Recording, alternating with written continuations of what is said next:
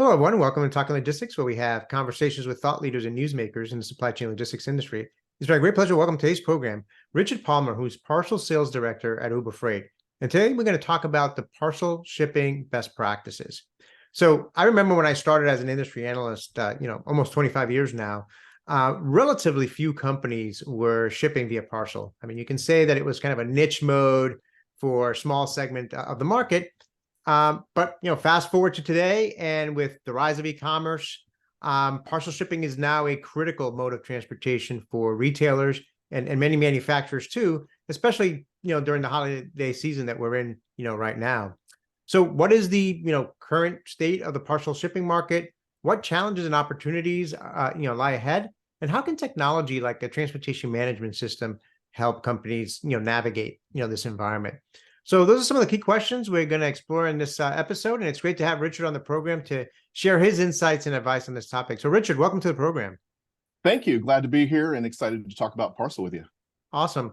Well, like I said, looking over the course of 2.5 decades, it's amazing to see kind of not only how important parcel shipping has become for retailers and even manufacturers, and become kind of a critical mode of transportation, but also even just the carrier landscape and how that's changed, as well. So it's very, it's certainly a very different environment today than it was, even let's say even 5 years ago. But so maybe we can start there. I mean, how would you characterize, the current state of the parcel shipping, market? I mean, what's different today compared to even just a few years ago? Yeah, no, Adrian, you hit it dead on. It's definitely changed, right? So, some time ago, not even too far ago, parcel shipping was pretty straightforward, as you indicated, right? I've got some parcels I need to get from point A to point B. I find a nationwide carrier that can get them, pick them up and get them there. I basically put a label on it and set it at the back door or back dock, and some guy comes by and picks it up, or person comes by and picks it up, and everything seems to work out. But that landscape is, as you indicated, is drastically changed today.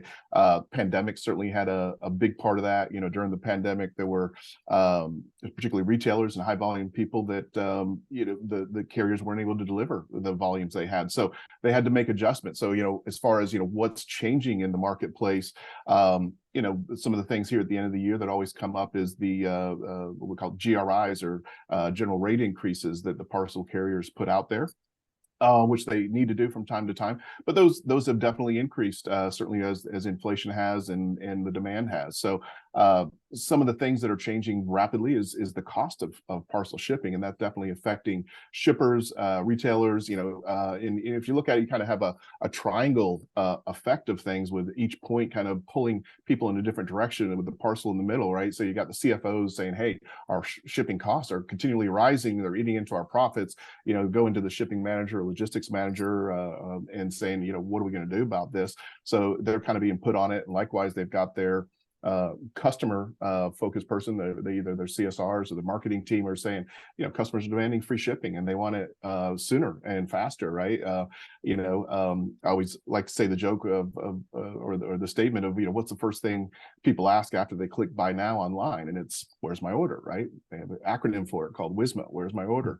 But what people really want to know is, when's it going to get here, right? And so there's demands on the shipper to provide that information, what we call delivery options, up front in the web cart. So, do you want to get it today? Do you want to get it tomorrow? Do you want to get it the next day? Do you want to get it 2-day service? Do you want to get it someday service, right? A ground or some other service if it's not important.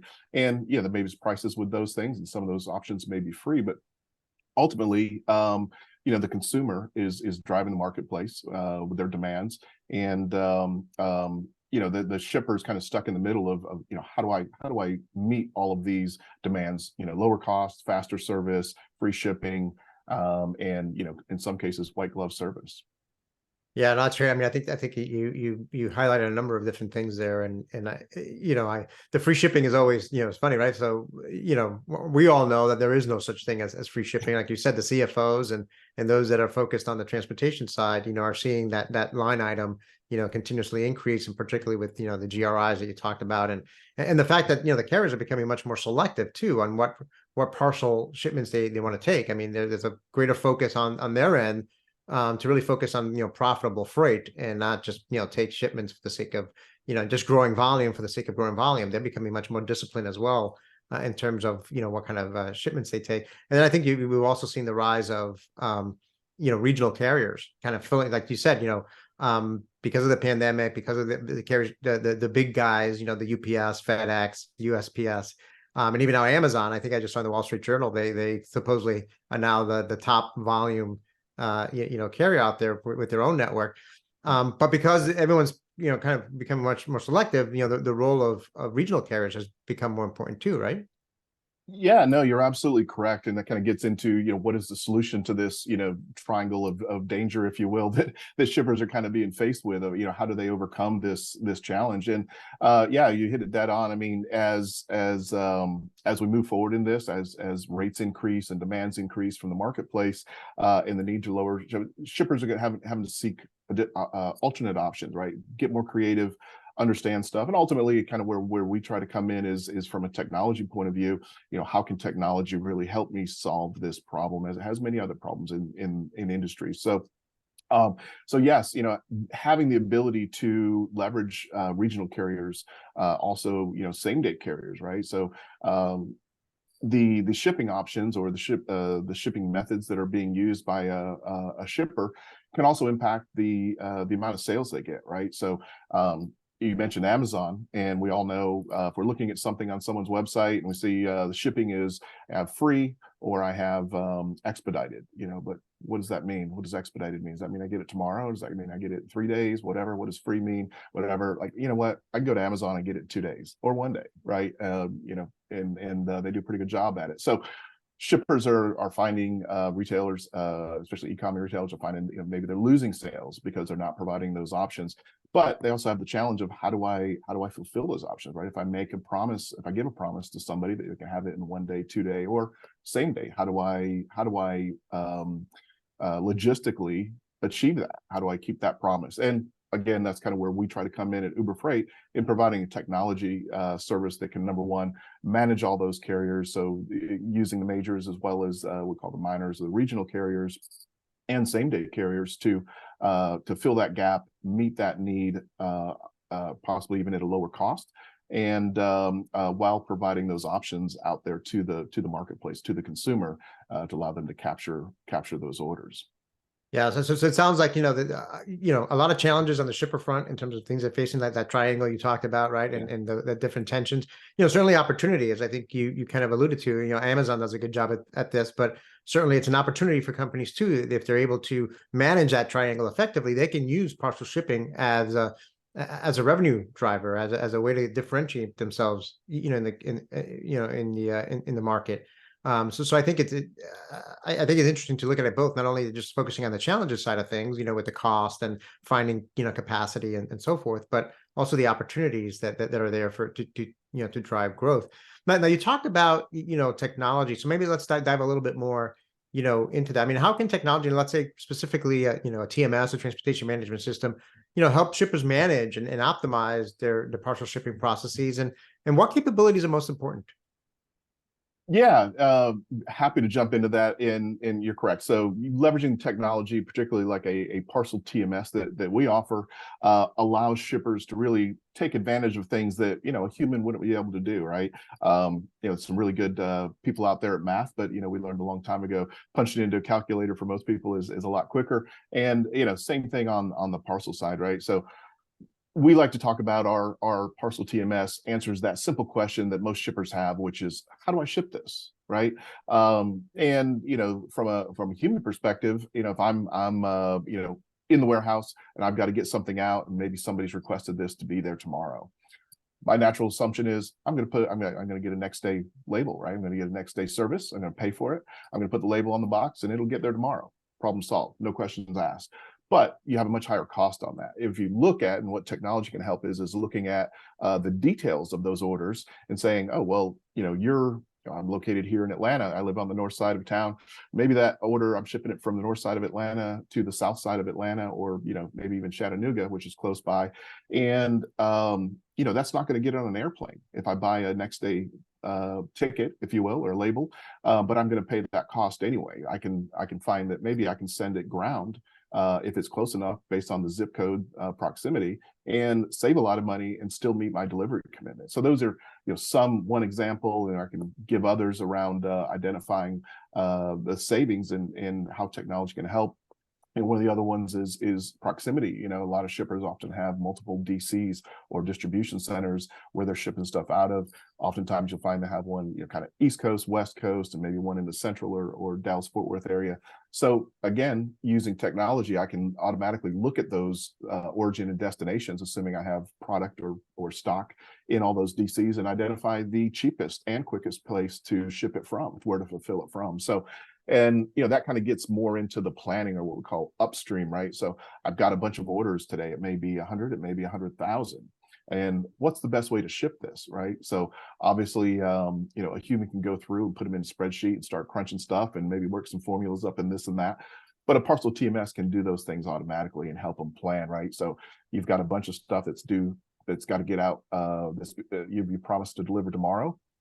Obviously, we want to process those first, so we can filter those. We can look at the different order attributes on the date, the promise date, and that type of stuff, and start making decisions on best ways to ship this for the shipper, where to ship it from, but also some really key things that provide a lot of savings, like zone skipping, right? So maybe the opportunity to consolidate and optimize stuff either to a specific customer. If they're doing B2B, you may have several orders going to the same customer. So I want to consolidate those. Maybe it's enough that you can put on a pallet and send LTL at a much lower cost. Or you may have stuff going into a specific market. So by analyzing the data, you can see that, hey, I have a lot of stuff going into the Dallas market, or the New York market, or the Philadelphia market, California market, whatever. And I can bundle those together, send them either via an LTL or a full truckload, depending on your volumes, save a lot of money, direct inject those into the carrier of your choice. Maybe that's a regional carrier, maybe it's a national carrier, could be USPS, to deliver that last mile and achieve a lot of savings. Well, also at the same time considering the delivery time, right? The delivery promise that's been made to the customer. And so again, a parcel TMS can run those calculations, do that type of stuff very quickly. As we talked about before, when they ask the question, hey, how do I ship this? We're going to return that best method, that best service to meet their commitment date and do it at the lowest cost. Yeah, I mean, it never ceases to amaze me. On the surface, it looks like, because most consumers, right? You if you're going to ship something to a relative or to your kids in college, you may go to the UPS store, you may go to the FedEx, Kinko's or whatever, and it's pretty straightforward. You go in, you put it in a box, they tell you when do you want it next day, or what are the options, and it's a pretty straightforward process. But through all those different scenarios you talked about, I mean, you realize that this is a very complex process, because not only do you have a variety of different carriers now that you're going to be evaluating, you've got a variety of different service options, and each of those service options come with different rates and different break points and different surcharges, perhaps. I mean, that's one of the things we didn't talk about, but there's like residential fee versus a business, so just the rating aspect is very complex. So I remember for the longest time, most of the leading TMSs, again, going back 20 plus years ago, they didn't touch parcel. I mean, there was a lot of like best of breed standalone parcel shipping solutions, because it was very specialized, and there was that level of complexity. And again, because most shippers at the time were not using parcel, a lot of the leading TMS vendors say, well, we'll just leave that to some of the best of breeds. But now that it has to actually get incorporated as part of the broader mode options and selections, I mean, I think companies are beginning to appreciate, how complex, and the fact that if you're going to try to do this with a spreadsheet or try to go through all the different permutations, you're really going to not get there, right? Yeah, definitely. That presents the challenge. And that's where technology can definitely come in to help those things. You brought up a point there about the complexity, and just kind of how people think of getting something from point A to point B, and kind of goes back to where we talked, right? In the days past, I'd slap a label on the box. Shipping costs were relatively low. There wasn't much competition, I'll say, between brands or vendors, and overall I was okay with it. But yeah, as the volumes have increased, the complexity has also increased. And most companies, certainly major brands, right? They really, they focus on those delivery commitments. They understand getting the loyalty to their customers. They've looked at the Forrester researches around, consumer loyalty if they mess up an order, right? And you think of like a store, like a retailer, major brand that has a retail store. You walk into a store, they control the lighting, they control the color scheme, they control the music. The personalities behind the desk that are helping you, the bag they put it at the end, do you want the receipt in the bag, do you want it in your pocket, that really, that level of service. On an e-commerce level, once they hand it off to the carrier, they kind of lose that control. So they're looking to extend that control, if you will, to provide a similar level of service. And the first step is, if somebody wants it tomorrow, I want to get it to them tomorrow. If somebody wants it in 2 days, I'm going to get it in 2 days. I mean, people are busier today, right? People are often traveling. Sometimes it's not a matter of well, if it doesn't get here on Wednesday, it's okay. The fact is, I'm traveling Monday and Tuesday. I'm traveling Thursday and Friday. I'm only going to be home Wednesday, and this may be a high-priced item that I really don't want to, number one, leave on my doorstep for 3 or 4 days at a time, and number two, I need it. Right, I need it. That's the reason I'm ordering it. I need it. So how do I create that retail experience of walking into the store and walking out with a product to an e-commerce situation where you have a similar confidence, right? As consumers, particularly Americans, we have that drive-through mentality. I go by the board, somebody talks to me in a speaker, and 2 minutes later I've got whatever I want in my hand, and I give them the cash, and I get with the product. How do we extend that to an e-commerce situation that consumers are used to, which is the confidence that, hey, I need it on Wednesday. I'm confident this brand's going to get it on Wednesday. I'm comfortable ordering from them, just as we talked about with Amazon. Yeah, I think it's a great point. I mean, because delivery is really one of that last moment of truth, to either delight a customer or potentially lose them for life, right? Like you said, you can do everything right at the front end, right? You can have the nice website from an e-commerce standpoint, provide a competitive price, provide good reviews, so help you make a purchasing decision, make it easy to buy and everything else. But if then that shipment arrives late, or it doesn't get there when you want it, or it arrives damaged, or you've got no visibility to when it's going to arrive, that all then starts to diminish, that experience, and ultimately hurts the brand of the retailer or the manufacturer, whoever it is that's the consumer is buying from. You're Yeah, go I ahead. was just saying, yeah, you're exactly right. And to be clear, the consumer it's not going to hold the carrier responsible. I mean, they may not even know who's dropping it off, right? They're at work or whatever, they put it at the door, they don't know. So they're going to hold the brand accountable. So it really becomes important for the brand to embrace that. And I'll add one other thing. You talk about as we talk about that white glove, that personal level of service, one of the things we at Uber offer is that Uber Direct, right? So if you imagine like Uber Eats, you're getting your Kung Pao chicken delivered or whatever it is that you're eagerly awaiting. Our Uber Direct offering works from a retail perspective of bringing those items same day or next day from the retailer to you. So oftentimes there's urgent situations or high-priced items that you want that level of security, including chain of custody, right? So if it's an item that's a high price, I want chain of custody that the carrier has picked it up, in this case an Uber Direct driver, and then when they come to the door, we can actually provide a validation with a QR code or a 4-digit code that has to be confirmed before the product is handed over, so that item is actually gets to the person that need to. Sometimes even an ID can be required. Yeah, no, great example there. So Richard, I mean, we've covered a lot of ground here. I'm sure we can, probably spend another hour, talking about different dimensions of this. But maybe as a way to, wrap up. I mean, when it comes to parcel shipping, I mean, what action should, shippers take to position themselves for success in 2024 and beyond? I mean, and maybe on the flip side, I mean, what's the biggest mistake they can make? Yeah, no, that's a good one. I mean, I'll say I'll start with the last question, right? Biggest mistake you can make is I'll say this facetiously, right? Don't be a know-it-all, is what I try to tell people. Don't be a know-it-all, right? there are certain expertise, we can all Google stuff, we can research stuff, so on and so forth.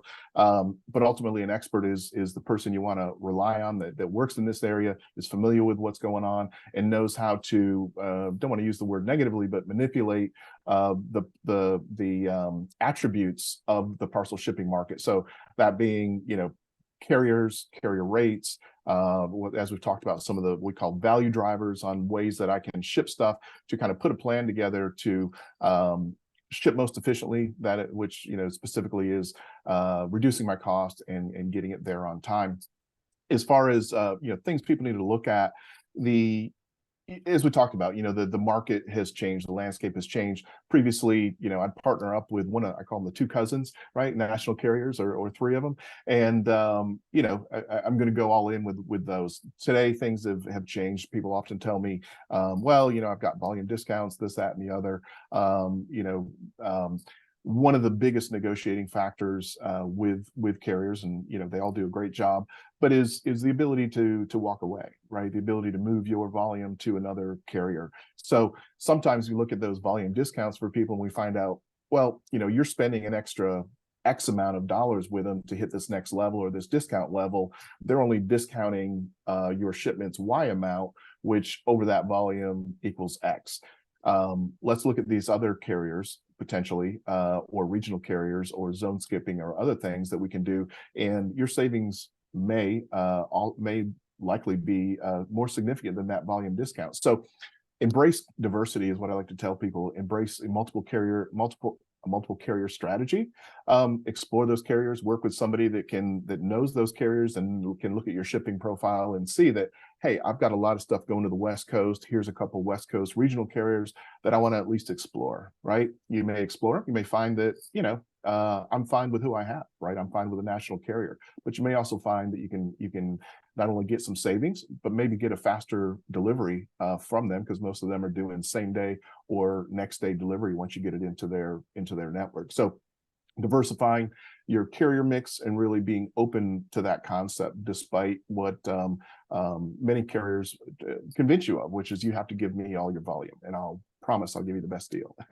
So yeah, diversification around that, and looking at the planning. So a lot of things we've talked about at the beginning is, how can I make use of technology to really ship better and reduce that cost, make my CEO, my CFO happy, ultimately CEO, but make my CFO happy with, combating those rising shipping costs, but also making the customer happy by meeting those delivery commitments, and making my marketing team happy or my sales team happy by actually increasing my conversion rates or my e-commerce sales by providing those delivery options within the cart, to make the consumer feel comfortable that, oh, I can get it on Wednesday, or I can get it on Monday, or I can get it in 1 day, 2 day, or possibly even today. Yeah, no, a lot of great points. I especially agree with the diversification strategy. I mean, I think right now we're kind of in a down market, if you will. And I think people have short-term memory. When we were at the height of the pandemic, I think companies, for the first time ever in the parcel shipping environment, realized that their assumption that parcel capacity was infinite was deadly wrong. It is not infinite. And so I think that, we know that ultimately, we're going to get into situations where if you're single sourced, you may have some challenges, particularly around, peak demand periods of being able to meet your delivery commitments if the only option you have is, one carrier that you're working with, because you decided to put all your eggs in one basket for those, volume discounts. But, I think from a resilience standpoint, from a risk management standpoint, I think most savvy shippers today, parcel shippers today, recognize that they need to be, diversified for sure. Yeah, no, you're 100% right. I mean, we have some high-end, high volume customers, and some of them have 10 to 12 carriers that they're using, right? Including our Uber Direct for same day delivery to meet the needs of their customers. And, as you said, diversify and spread that risk out, make sure they're not put in a bad situation, as several shippers were, as you mentioned, during the during the pandemic. I mean, one of the things I meant to bring up earlier, I'll just kind of touch on it now, is the carriers are going to this concept of dynamic pricing, right? So if you think of when you buy an airline ticket, I go in today, it's X amount of dollars. I go in, 2 days later, it's, Y amount of dollars, and usually that price is going up. And the major carriers are going to this dynamic pricing, which is, again, you asked about, what are concerns for shippers? How do you predict your shipping costs when the price is changing constantly, daily, from these shippers? And again, how do I combat that? Well, you have to use technology to help work through those algorithms and understand what the best way to do things are. Yeah, no, great point. Well, Richard, again, I mean, we're kind of out of time here, but I want to thank you again for making the time. You provided a lot of great insights and advice on this topic. So again, thank you. My pleasure. Pleasure to be here. You have a great afternoon, and thank you, everybody. Great. I want to thank those of you that joined us. If you've got any questions for Richard, you can post them either at the Uber Freight website or on Talking Logistics, and I'm sure he'll be more than happy to respond via that medium. Again, thank you for joining us, and look forward to seeing you in a future episode of Talking Logistics. Have a great day.